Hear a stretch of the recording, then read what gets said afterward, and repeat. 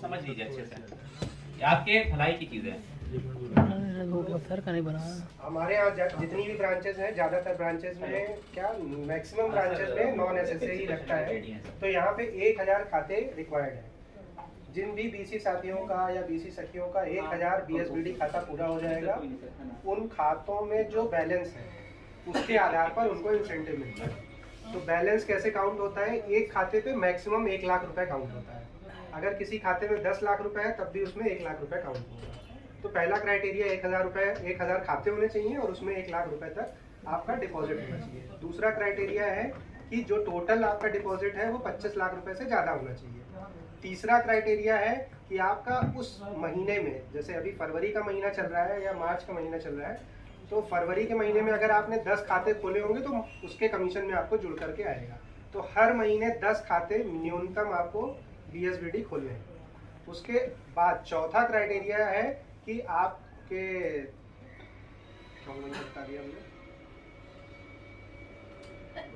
आपके खातों में डिपॉजिट है उसमें 2% से अधिक की ग्रोथ होनी चाहिए।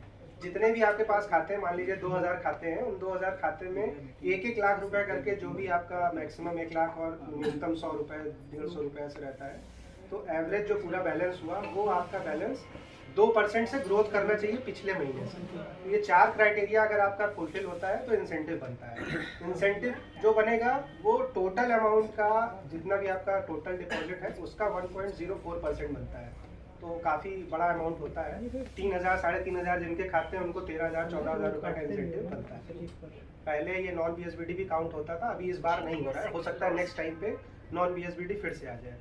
तो आप लोग ये मत सोचिएगा कि नहीं केवल हमको बीएसबीडी ही खोलना है, हमको नॉन बीएसबीडी भी खोलते चलना है और बीएसबीडी भी खोलते चलना है। जहाँ जो मिले वो करते चलिएगा, ठीक है।